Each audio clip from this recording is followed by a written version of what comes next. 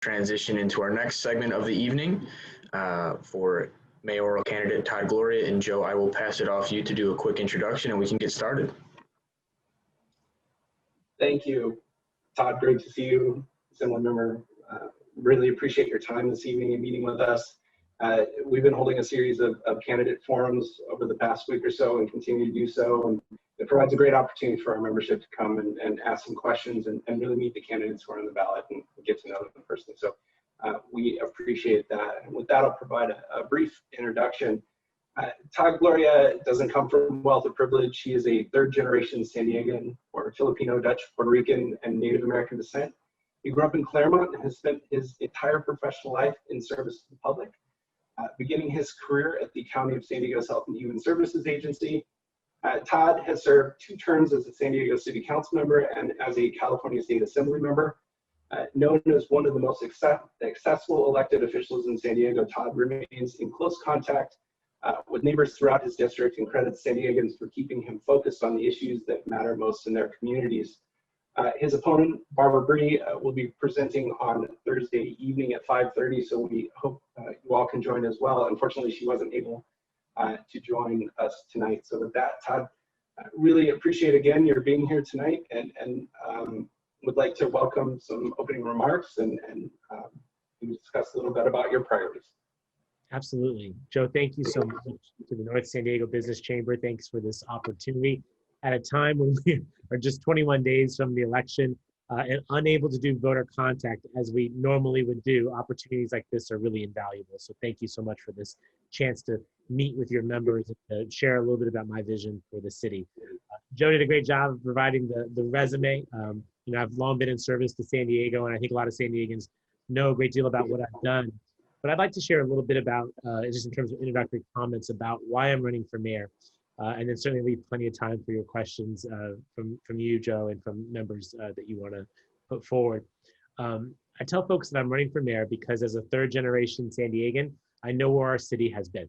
As was mentioned, I grew up in Claremont, graduated from Madison High School, attended the University of San Diego. It was the first in my family to go to college. And so, again, kind of knowing where our city has been, I think is important to know as we try and lead it forward.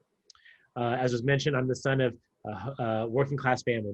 My mom was a maid, my dad was a gardener. They worked extremely hard to build a life here in San Diego. And they taught my brother and I that if we care about things, we're supposed to leave them better than you found it. Turned out that was a perfect recipe for a career in public service. And in that career, I've never lost sight of the fact that it is extremely difficult for working people to make ends meet in a place as expensive as San Diego. And I believe the mayor should be focused on trying to make things easier for those who work hard, play by the rules, and do everything right. Lastly, I'm running for mayor because I have a vision for where I'd like to take our city. And we have many issues, many problems facing San Diego. Imagine we'll talk about some of those during the Q&A. But I would suggest that the main issue, broadly speaking, facing our city is that we're a big city that too often operates like a small town. Now, what do I mean by that? Well, as a native San Diegan, I'm not saying I want to make us LA. In fact, as a native San Diegan, the quickest way to my heart is to say something crummy about Los Angeles. What I am saying is that we spent the better part of the primary campaign talking about vacation rentals and scooters, which are an issue, particularly if you're directly impacted by them. But they're not the biggest issues facing this city. And in fact, they're issues that other cities have successfully addressed and yet continue to bedevil our city with no resolution in sight. And because we spend so much time talking about issues like that and other issues that we never seem to resolve, convention center expansions, airports, sports stadiums, and the rest, we never have the time, the resources, and the bandwidth to get to the real issues that are facing our city. I'd like to give you 3 quick examples. Number 1 is we are the 8th largest city in the United States, but we have the 5th largest homeless population in the US. And at a time when we're spending more than we ever have on this problem, we're expected to spend more than $150 million this year on homelessness. I think few of us would say that this problem is getting better. In fact, I think most of us would say this problem is getting worse. Why is it getting worse? Well, it's because we're not following national best practices. We're buying defunct indoor skydiving facilities in the East Village to repurpose into homeless navigation centers that house nobody. This transaction was done without an appraisal and is currently the subject of a federal investigation. I don't know about you, but if you're spending $7 million, you better be able to house quite a few people. And that's not what the city is doing. And that is precisely why we are not getting ahead of this problem. And that is something I think we should change. Second example would be our infrastructure and transportation. You all know that every neighborhood in the city has streets that need some TLC, right? And that's not just south of the 8, every neighborhood has this problem. But we have really built an transportation system, an infrastructure system that does not meet the needs of our community. We're a world-class city, but we don't have a world-class transportation system. If we had held this meeting in person, all of us would have had to drive there because there aren't safe options to walk, to bicycle, and convenient options to take mass transit. And we need a city that's going to have multiple options if we're going to protect our economy, meet our climate action plan goals, and preserve our quality of life. An example of this small town thinking when it comes to transportation is the fact that we have an international airport and a light rail system that are literally next to one another, and yet they don't connect. We spent billions of your dollars to create those two assets, but we don't make them work well for regular people, and that's a mentality we, again, must get away from. And then the last example I'd like to give you, and then Joe, I'd like to hear any questions you got, is our housing affordability crisis. You know, increasingly we're a city where the middle class of our city doesn't see a future for themselves. As I already mentioned in my beginning, I'm the son of a maid and a gardener. 2 people who worked hard who were able to buy a home in San Diego, put their 2 kids through college. I would ask you, is that story possible today in 2020 in San Diego as it was 30 years ago when I was a boy? I think we all would agree it's not. And we are very proficient in building luxury housing. We have some abilities to build low-income housing, but we are building next to nothing for working and middle-class San Diegans. And that is not a recipe for winning the future, protecting our economy, and growing our economy.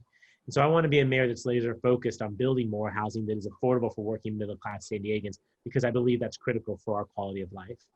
So my belief is that if we can begin to embrace the fact that we're the 8th largest city in the country, the 2nd largest in California, that we can tackle the problems that consume so much of our attention, and take the time that we save from getting those off the civic list of things to do and focus on solving real problems, like ending our homelessness crisis, fixing our infrastructure, and building housing that working people can afford.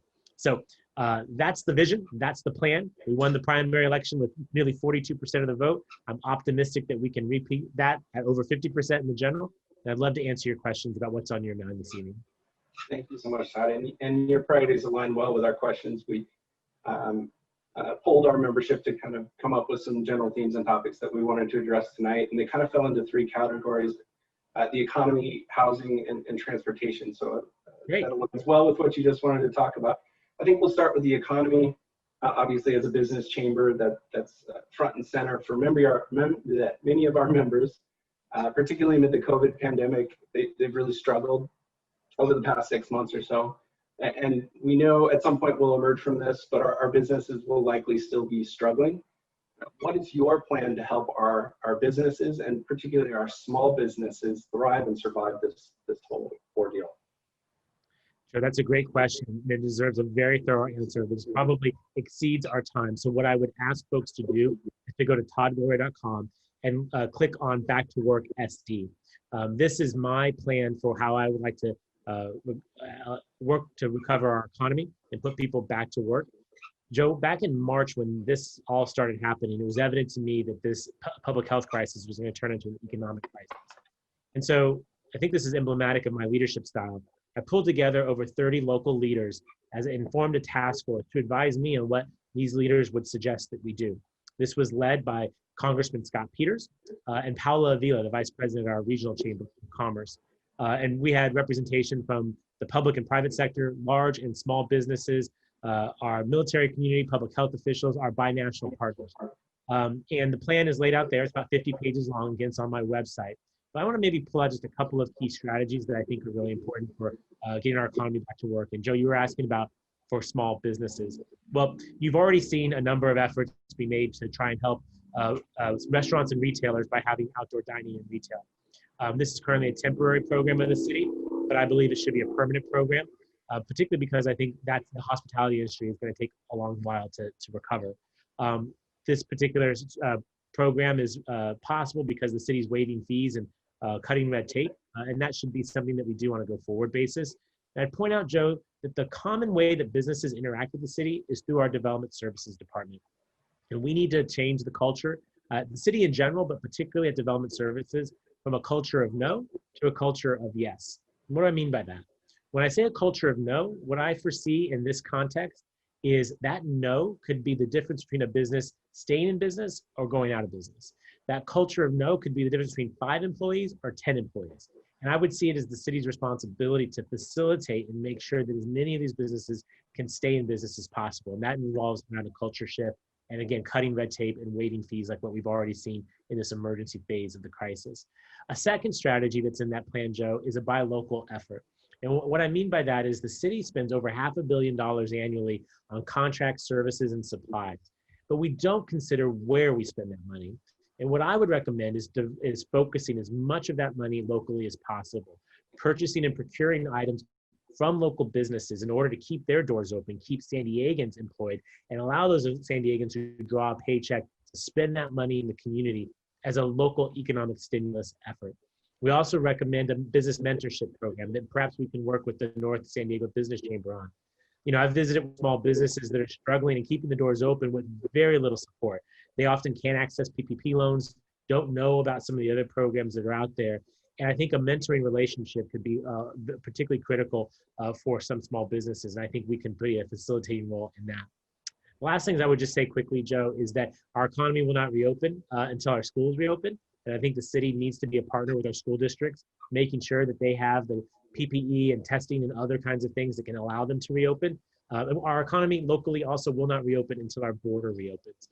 And while I know I'm talking to the North San Diego Business Chamber, I think you too can concern yourselves with the border and the cross-border traffic that happens there in trade and commerce. And so we have to also advocate at the national level to make sure that can occur. So it's a comprehensive strategy. I encourage folks to go to toddgloria.com, take a look at it. I welcome your feedback and advice. Thank you. I'll transition a little bit here into the issue of housing, one that was really at the forefront before the pandemic, but still remains a huge problem, particularly for the businesses we serve. One of the issues is workforce housing. That's really a struggle.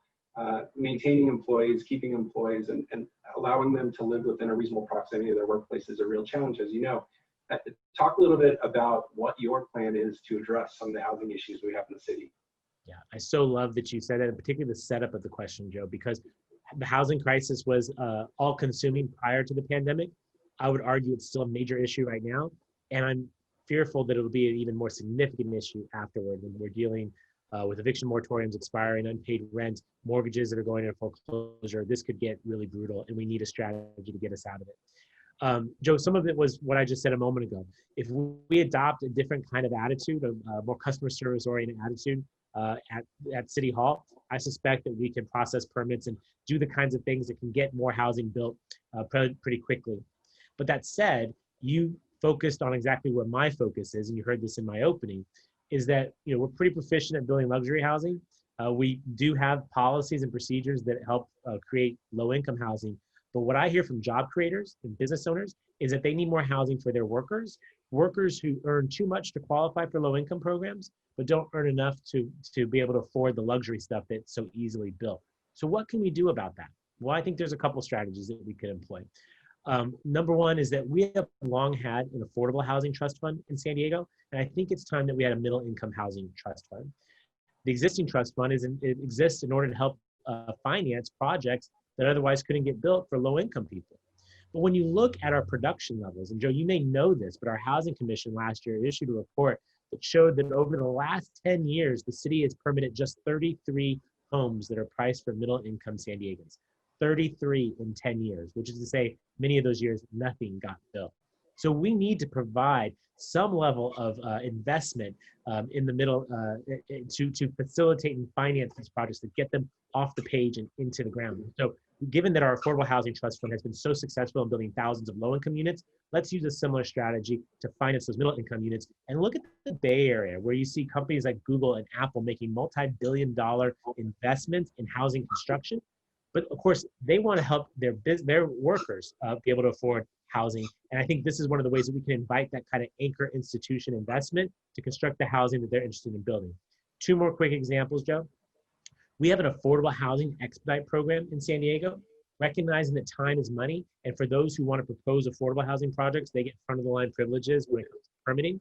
Well, if we have a dearth of housing in the middle, where we're really building nothing, and let's provide that same kind of incentive for middle income housing. Front of line privileges, Time is money. Let's process those permits faster to get more of those kinds of projects built. It's a market-based incentive that I think will help. Again, it's proven to be successful with low-income housing. And then my last answer to you, Joe, is it's something that people in my line of work don't often do. I want to admit a mistake that I made when I was on the city council. Joe, when I worked down there, and you watched me do that job, I was pretty good at building new libraries and fire stations and other city facilities. We built a new library in Mission Hills, a new fire station in Hillcrest, a new fire station in City Heights, a new library in downtown, and a new fire station in Little Italy. My regret with all that is we should have put housing on top of every one of those projects. Because when you remove the land cost out of the deal, the rents fall. So in the case of the Mission Hills Library, it's a one-story building on Washington Street, a building that is actually permissible for four-story buildings. So we should have built the one-story library with 3 stories of housing on top of that.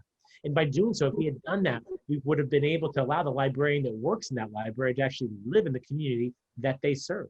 And so I think taking that existing taxpayer asset and making it work more for taxpayers and for residents who are housing insecure, particularly in that middle income area, I think that's one way that the city can lead by example, particularly at a time when it's asking communities to do more when it comes to housing. So middle income housing trust fund, middle income expedite program for processing, and better use of public lands in order to facilitate construction of projects that rent at lower levels.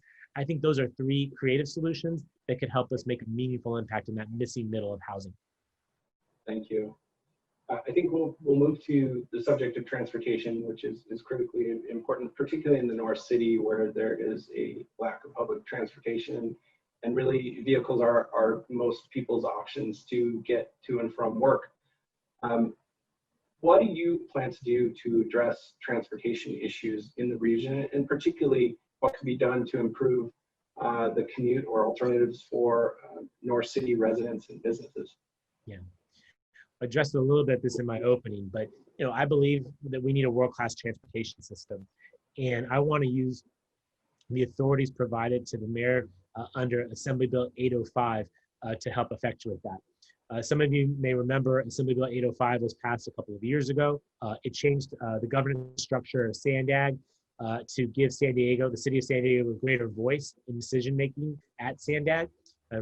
While this group is probably pretty savvy, just in case any of you aren't transportation nerds, SANDAG is the the sort of UN of local governments where we do regional transportation and planning. And the SANDAG budget is roughly equal to the general fund of the city of San Diego, which is to say over $1 billion of annual spending. And Assembly Bill 805 essentially puts the mayor in charge of SANDAG if he or she wants to. And I'm running expressly to say I would like to have a leadership role at SANDAG for no other reason to make sure that San Diego gets its fair share of that $1 billion in annual spending, but probably more importantly, to advance a regional transportation plan that matches the 21st century. My criticism of the existing transportation plan is it essentially is a 1980s plan in the 2020s. And that's not how we're going to build a world-class transportation system. It's not how we're going to give consumers choices when it comes from getting from A to B. And as a consequence, we need a change. I'm supportive of the vision behind the 5 big moves, which again gives you choices. You can drive your car if that's what you want, and through the use of technology and other enhancements, we can make that experience better and less congested. But we would also build an active transportation network that gives you the ability to walk in your community on something other than a busted sidewalk in a poorly lit neighborhood. Or to give you the chance to bicycle to and from work in a way that doesn't mean that you're taking your life in your hands. And lastly, kind of to your point, Joe, giving you public transportation options that are both time and cost competitive. And I think that's a real challenge for the area that North San Diego Business Chamber works in, because quite candidly, the current existing transportation plan really has no intentions of building robust public transit in your area, despite the fact that areas like Rancho Bernardo are major job centers. And so we need to do a better job there. I think by asserting our authorities under AB 805 to make sure that there's a big city, world-class vision for transportation that's inclusive of some of the concepts in the 5 big moves, I think would get us substantially closer to what it would take to build what I think San Diegans need, what our climate action plan necessitates, and what our economy demands if we're going to be competitive. And lastly, Joe, I just want to point out that sometimes in this campaign, it has been suggested that my career in public service is actually a detriment, and I actually humbly and vigorously disagree. I think my experience as a legislator in Sacramento will give me the ability and the relationships to make sure that we're hustling for our fair share of funds at the state level. And my time as a congressional staffer will allow me to also have the relationships back in Washington, again, to leverage our local dollars to get some of these projects off the page and into construction. So I think this is a big deal. This is one of the defining differences in the mayor's race, the difference between a much more status quo view and one that's much more visionary. I hope to deliver something that's much more visionary. And the last thing I'd say, sorry, I know I said last thing a moment ago, there are some that say in this campaign that this is not the time to think about this kind of stuff, that the economy is too uncertain, that the pandemic is too all-consuming. I couldn't disagree more, Joe. If we don't start now, it'll never get built. And all of you know that in San Diego, later always becomes never. I think right now, if we start building this system, not only will we, hopefully you and I get to enjoy it sometime while we're alive, but importantly, it could serve as a stimulating effort to get our economy back on track by putting thousands of San Diegans to work. So I hope I can sell you all on a transportation vision that gives you more choices. I don't know about you, but I'm sitting in my bedroom. The closet's just to my right, my left. There's a lot of clothes in there because I like choices. And right now, I want you to have more choices than the single choice you have right now, which is just your car. Thank you. And with that, we'd like to take some questions from the audience. If you could please type into the Q&A feature, we'll make sure to ask them. One of the questions that come up touches on the big five moves at Sandag. And specifically, I think some of our members can wrap their head around that idea, but wonder how, as a region, are we going to pay for that? And second part of that question, it kind of wraps into this, is maybe you can discuss a little bit about AB 2731 and the stay work facility and how that ties in. Oh, yeah, they definitely connected. Good job, you guys. Way to pay attention.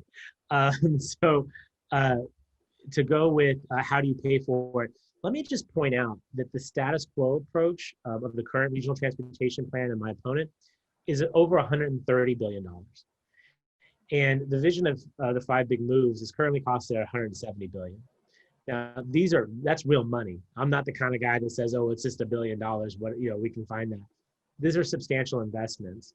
But I don't know about you, but I think spending $130 billion to basically keep things the way they are today, and I mean pre-COVID, because let's be honest, the traffic congestion is going to come back again. At some point, we will defeat COVID-19, we'll go back to work, and the congestion that you see on the I-15 and the I-805 is going to be as bad as it ever was. And spending $130 billion to continue to sit in that for the next generation, not acceptable to me.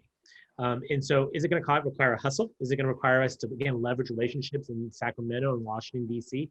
Yeah, it would. But I think it's worth the effort because essentially one of my fears in this situation, Joe, is that as people identify and understand that they can do their business and their jobs from anywhere in the world that has an internet connection, we're going to have to do a better job of explaining to people what the value add of being in San Diego is. And it can't be sitting on the I-15 and mind-numbing traffic for the rest of the time. So I think this is a worthy investment. And again, when you look at the marginal difference between the two numbers of the status quo, which is extremely expensive, and the vision of something that is much more robust that gives you real choices, I think it's worth the investment and it's worth the effort and it's worth the time. To connect that to my bill, which thanks for knowing the bill number. Few people ever know the bill numbers, period. But it's my bill to redevelop the Naval Warfare Systems Command down in the Old Town Midway area. And it's connected in the sense that through this partnership with the Navy and the private sector, we would hope to build a regional transportation hub on that site. And so how it works is this, we are going to preserve 5,000 Navy jobs that are currently in those old hangars along Pacific Highway. It's always surprising to me. And I'm so grateful for SD-MAC, who does a great job of reminding us how important the defense community is, both the active duty and the businesses that surround it are to our regional economy.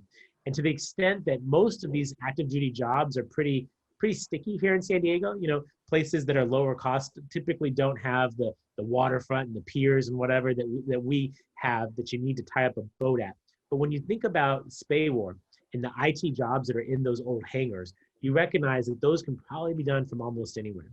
And so the risk of losing those 5,000 good jobs and the thousands more that are in that ecosystem are a significant risk, which is what I explained to my colleagues in Sacramento and why we were able to get this bill, which is essentially a CEQA streamlining, to allow the Navy to construct a new headquarters of 1 million square feet of cybersecurity command on the existing site but roughly a third of that site. And then we'll take the balance of that land to be provided for community and public use.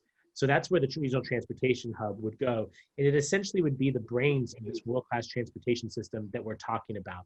And then it would be surrounded by private sector development that would help to offset the costs of both the regional transportation hub and the Navy headquarters. And that kind of goes to the previous question about the differences in cost between status quo and 5 big moves.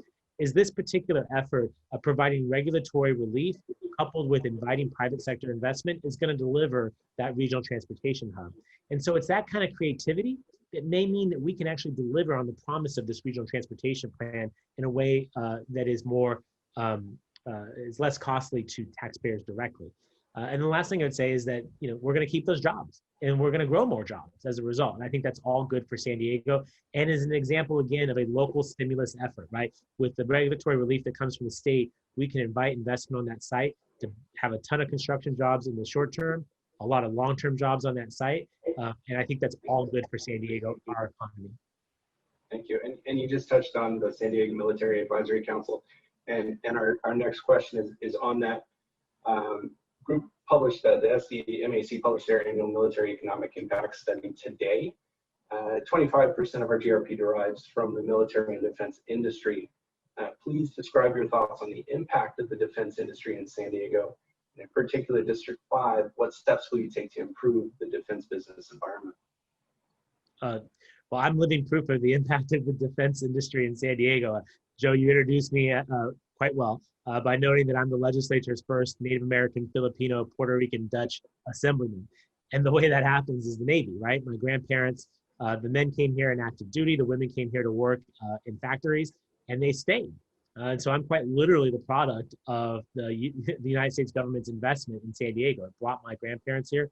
It allowed them to stay here. My father, until recently, worked in General Atomics up in the Scripps Ranch, Poway area. And so I know this. I understand the importance of this. And so the question was, what can we do to support? Well, I will tell you that saving those NAVWAR jobs will be pretty darn significant, right?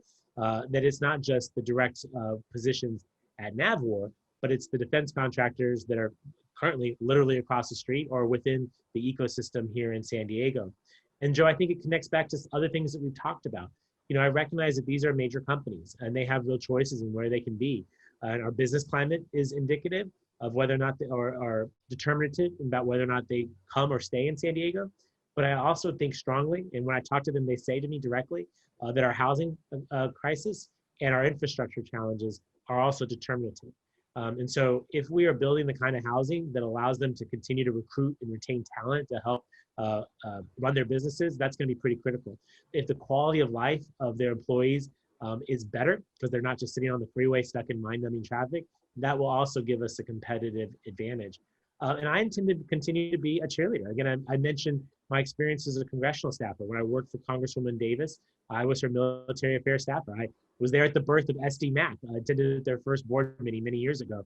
And so I would hope to, again, be able to use the relationships I have with our federal delegation to make sure San Diego is getting its fair share. I've been proud to be endorsed by both of our U.S. senators, our entire congressional, well, most of our congressional delegation. And I think those are relationships that I can leverage as mayor to make sure, again, that people understand that we are proud to be a military town, that we'll continue to not take for granted the investment the federal government makes in our community, and we'll do what we can to grow this part of our economy as we're doing with the NAVWAR bill that I was proud to author and help turn into law.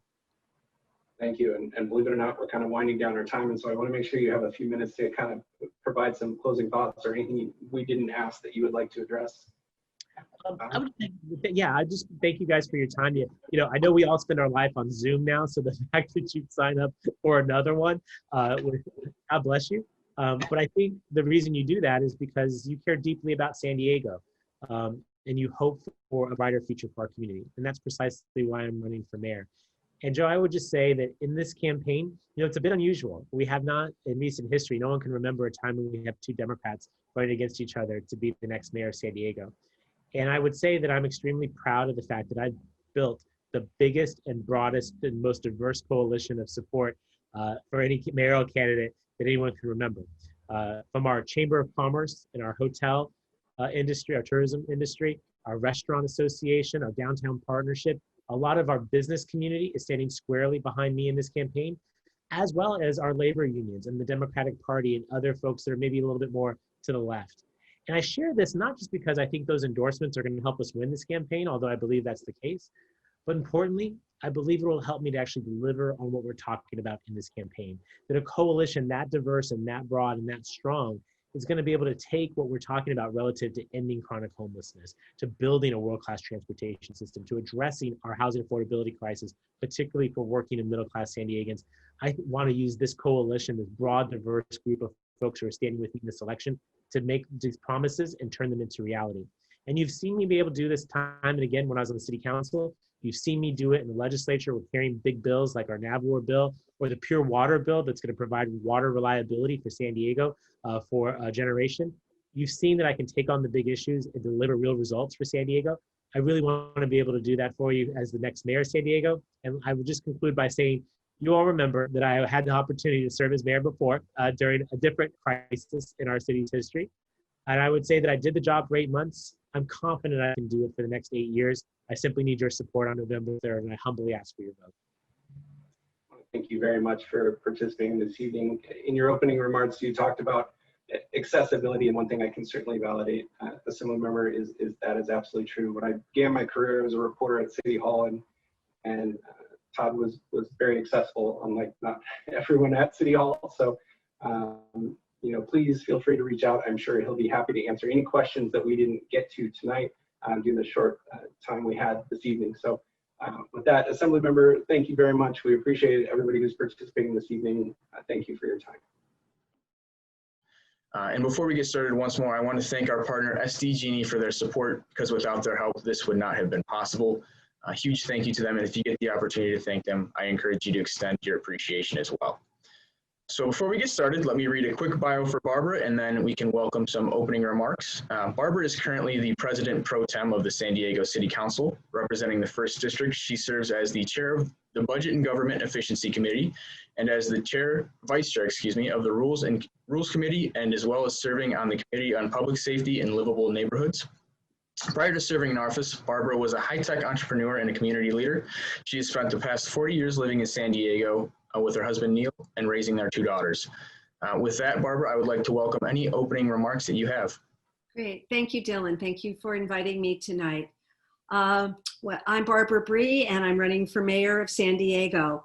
I currently represent District 1 on the San Diego City Council, and I ran for City Council in 2016 after a 30-year career in the technology and biotech world, because I was frustrated that the street in front of my office was being torn up yet again to have the same work done.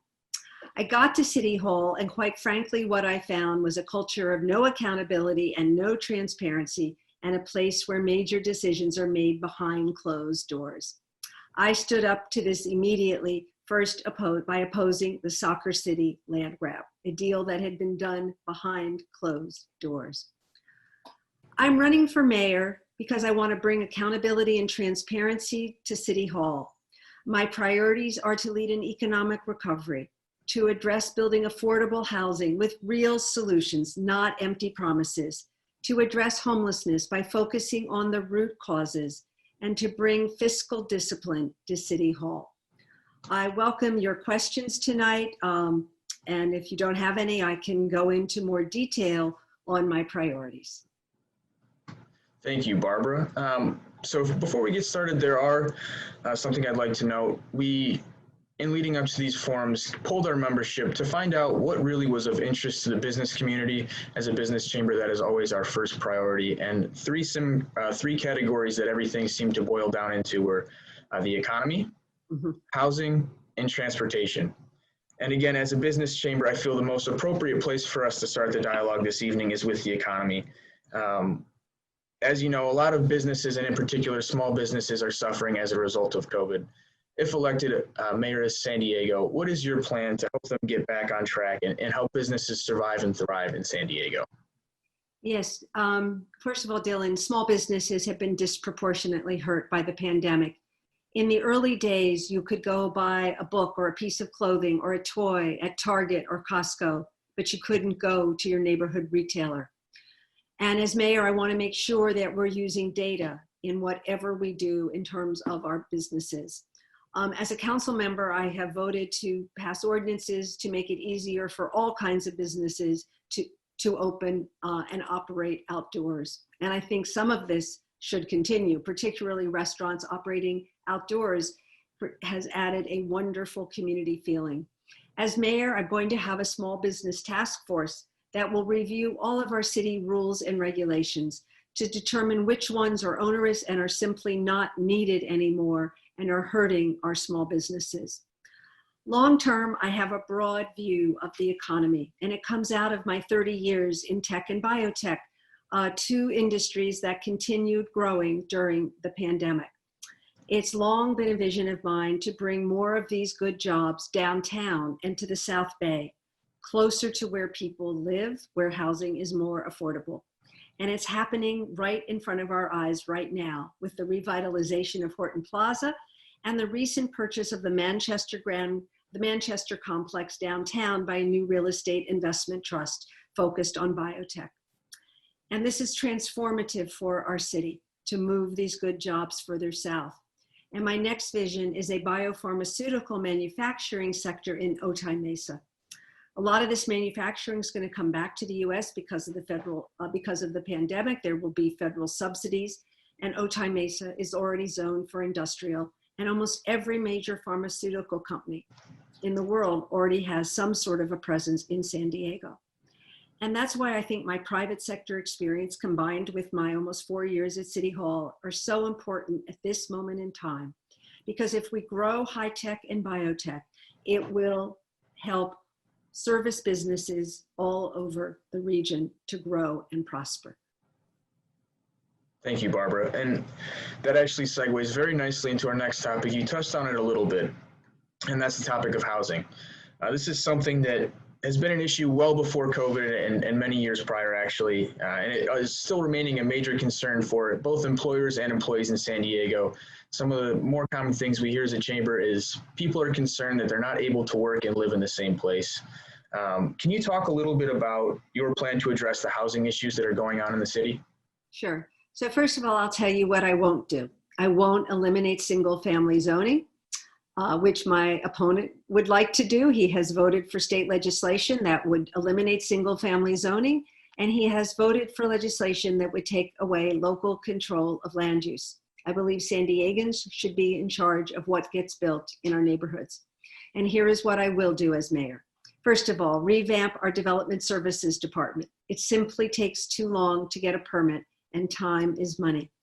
Second, the pandemic offers us the opportunity for adaptive reuse of commercial and office buildings, as many businesses will need less space as employees work remotely.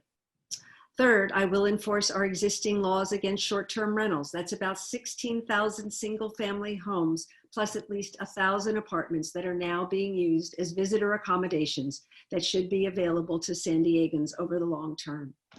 Fourth, I will continue to update community plans along transit with appropriate density, and in exchange for the appropriate density, appropriate community benefits. Fifth, I will develop a down payment assistance plan for first-time home buyers.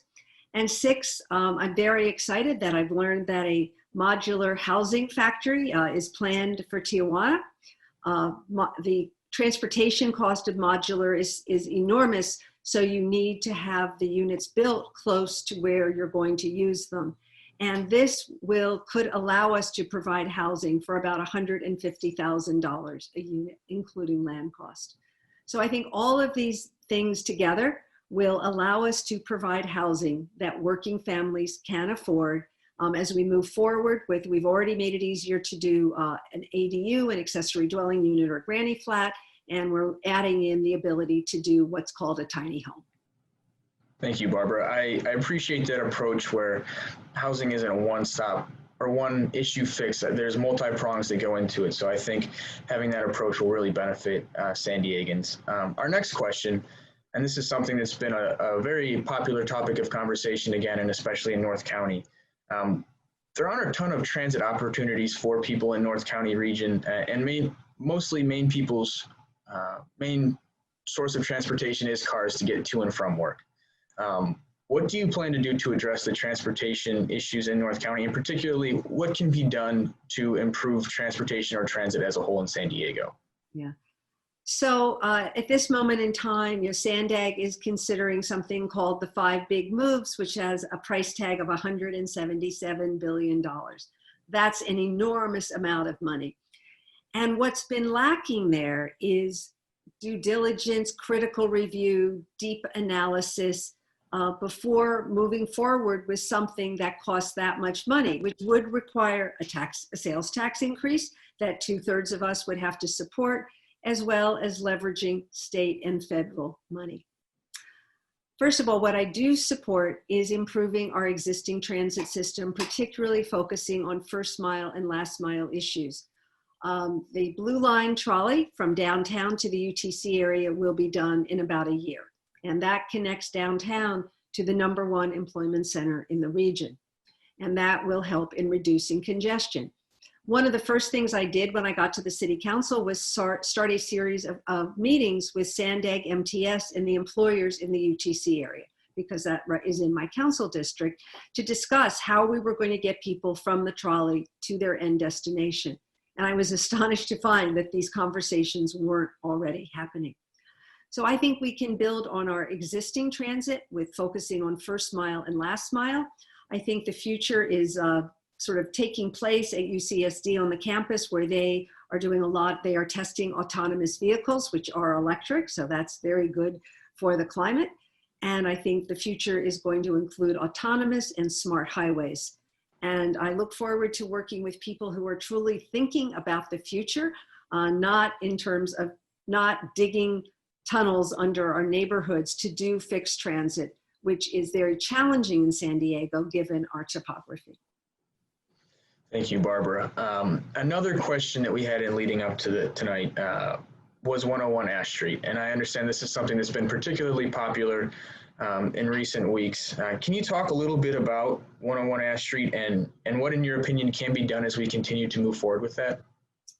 Yeah, so 101 Ash Street is an office building that was purchased prior to my joining the city council. And the purchase was enthusiastically supported by my opponent, Todd, Gloria. And if you go back and you watch the public testimony, you learn that he was told in public that the city was paying above the appraised value, at least $16 million, that the city was doing a very complicated lease purchase, and it was unclear why they couldn't have just gone to the real owners of the building to acquire it. And then if you took the time to read page 1 of the lease, there was extraordinary language indemnifying the seller. All of this together is a recipe for disaster for the city's worst land deal ever.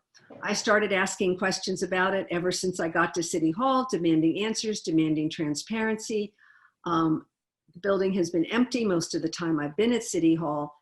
And for almost a year, I've been asking that the city take steps to extricate itself from the lease. And at first, no one took me seriously when I started asking for this. In August, I said, let's put the rent in escrow. Let's get all the interested parties together. I believe there is a way out of this transaction in a way that will benefit the taxpayers. And it involves getting all the interested parties together, of which there are many who want to resolve this issue. And that's what I will do as mayor. Thank you, Barbara. We're starting to get a couple of questions from the audience, so I'm going to transition into those just to ensure we have enough time to answer all the questions that are being asked.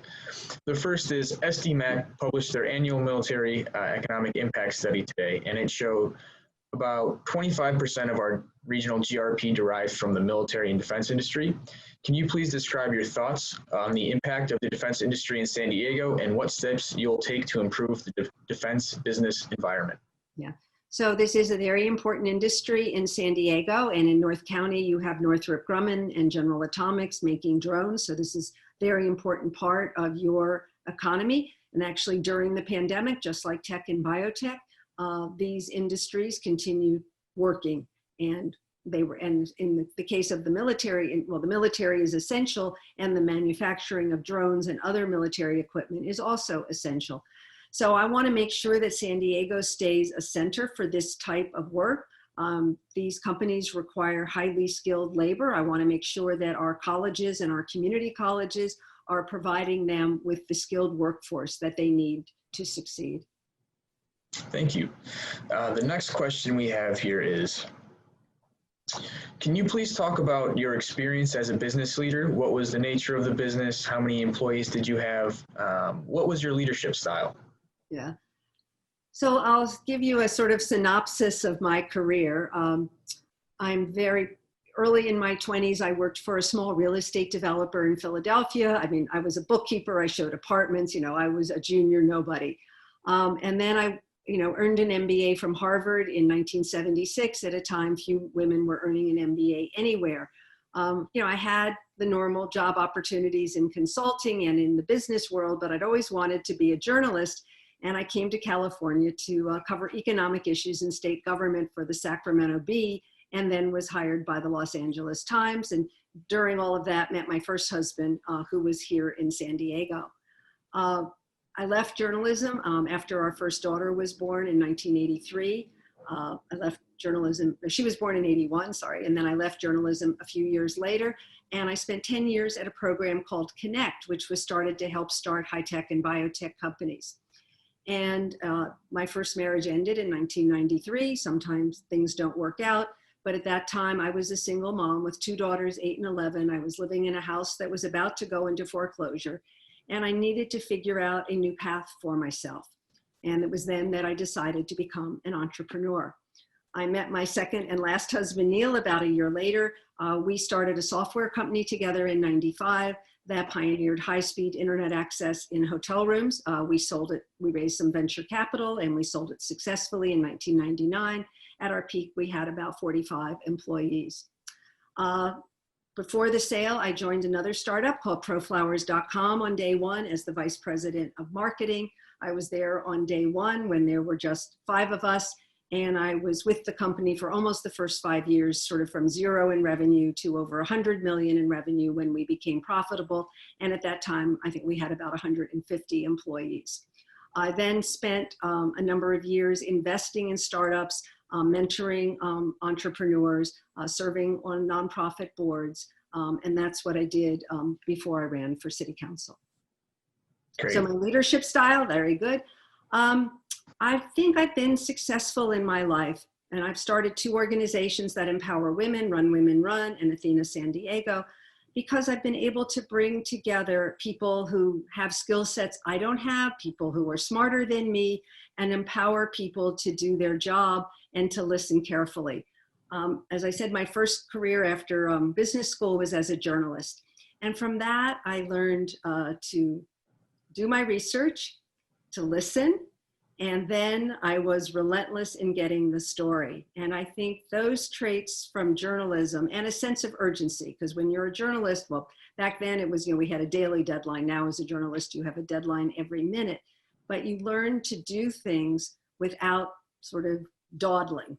And in government, what I see is that there is often not a sense of urgency and often not a sense of serving the customer. And you, the taxpayer, of course, are the customer. And so my management style is a lot about serving the needs of the customer. Thank you, Barbara. We're getting a couple questions about upcoming legislation and current legislation. Let's go ahead and take the upcoming legislation first, and that pertains to Proposition 15 that we'll see on the November ballot. Can you take a couple minutes and talk about your position on Proposition 15? Yes. So I think Proposition 15 is a complicated issue.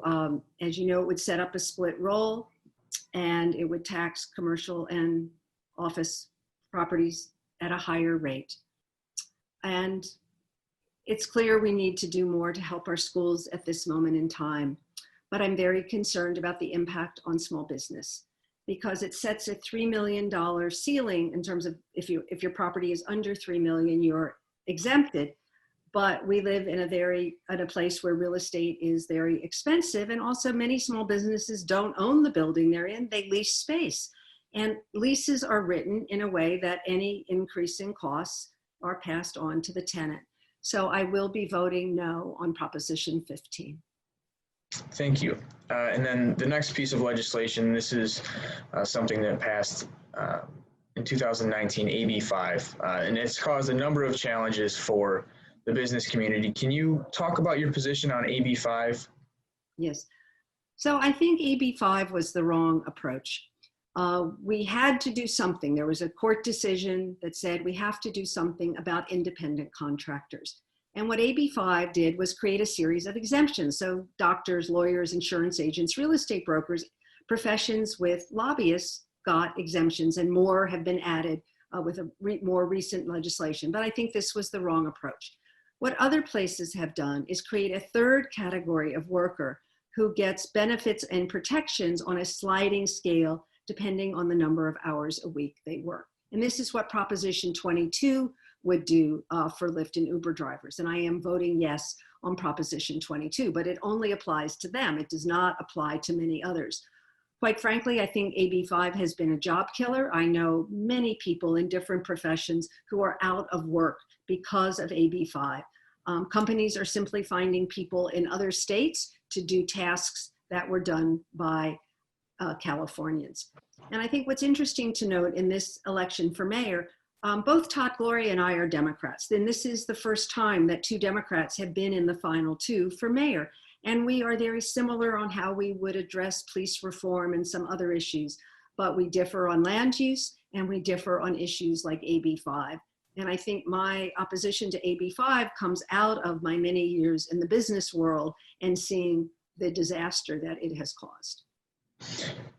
Thank you. You touched on something that I'm curious to learn a little bit more there towards the end of that response. You and Todd are both Democrats running for mayor of San Diego, like you mentioned. Can you talk a little bit about the differences between your approach and Todd's approach and why someone who is on the fence should support you? Yeah. So I think I touched on our backgrounds are very different. And I think my background as an entrepreneur is very important. As an entrepreneur, as a business owner, you know what you did yesterday isn't necessarily going to work tomorrow, that you have to continue innovating if you're going to stay in business. City government doesn't think like that.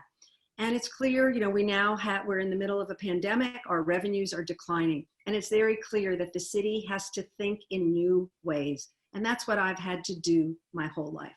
So first, our backgrounds. Second, our approach to housing. Todd has voted to eliminate single-family zoning and take away local control of land use. And I am against both those things. Third, you heard about AB5. We're different. And fourth, our approach to homelessness. Todd believes in what's called a housing first strategy, which I used to support until I looked at the data. And what we need to do is address the root causes, which for a growing number of people is mental health and substance abuse. And under Housing First, you give them a place to live, which is very nice, but you give them a place to live with all the rights of a tenant. And I think they need to be in a structured program in a physical environment before they get all the rights of a tenant. And I'm very honored that Father Joe Carroll has endorsed me because his approach was, I'm really just copying what Father Joe did for years and which worked. And when Todd was sworn in for a second term on the city council in 2012, he promised to end chronic homelessness downtown.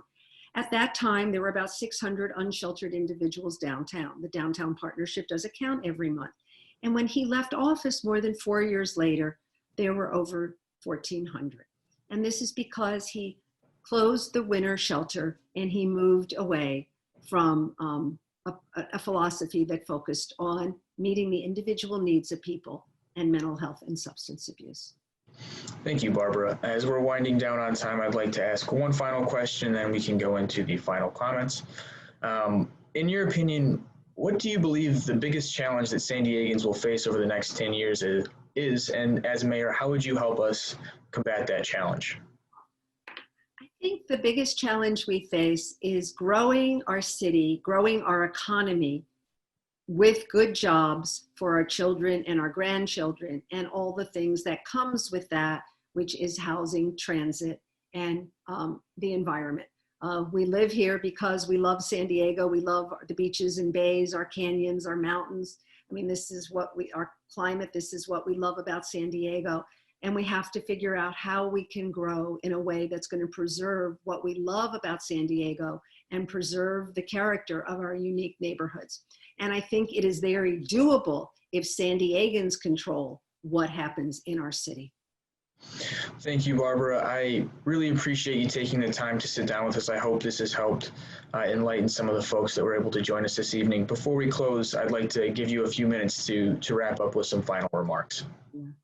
So this is a very important election for San Diego, and I was not expected to get to the final two. In the primary, there were 5 Democrats and 1 well-funded Republican, and everyone assumed that Todd, who'd been endorsed by the local Democratic Party, and Scott Sherman would get to the final 2. But I made it out by 1,189 votes, so every vote counts. And now, according to the polling, the race is a dead heat with about 1/4 of the electorate undecided. So I am truly running against many of the special interests in this town who have controlled City Hall, a lot of them labor unions, who like the way things are, who are afraid of change. But we have to change, or we aren't going to have a city for our children and our grandchildren. So you've heard about my diverse life and all the different things I've done. And I believe the diversity of my life experiences has prepared me to lead our city at this moment in time. As I make decisions, I'm going to be thinking about our children and our grandchildren. Neil and I already have 3. We have 4 more coming between Election Day and March, with my youngest daughter, Rachel, and her husband, Daniel, having twin boys. So it's our children and our grandchildren that I'm going to be thinking about as I make decisions, and not the special interests who have controlled City Hall.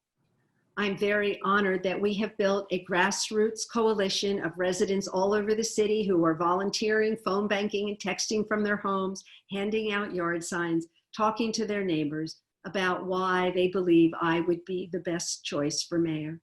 So this is a pivotal time for our city, and I believe my government background combined with my entrepreneurial experience makes me the right leader at this moment in time, and I would be honored to have your vote. Thank you, Barbara, and congratulations on the grandchildren. That is always exciting. I really appreciate you taking the time to join us here this evening. And I know this has been a little bit of a different campaign season than normal, so we appreciate you joining our Zoom participants here this evening. I'd like to wrap again, thanking our partner SDG&E for their support. Without their help, this would not have been possible. And again, we will share this recording with our members following this wrapping up in the coming days. So again, thank you for your time. We really appreciate you taking part in this dialogue, and best of luck going forward to you. Great. Thank you. Good night, Dylan. Good night. Good night, Barbara. Take care, everyone.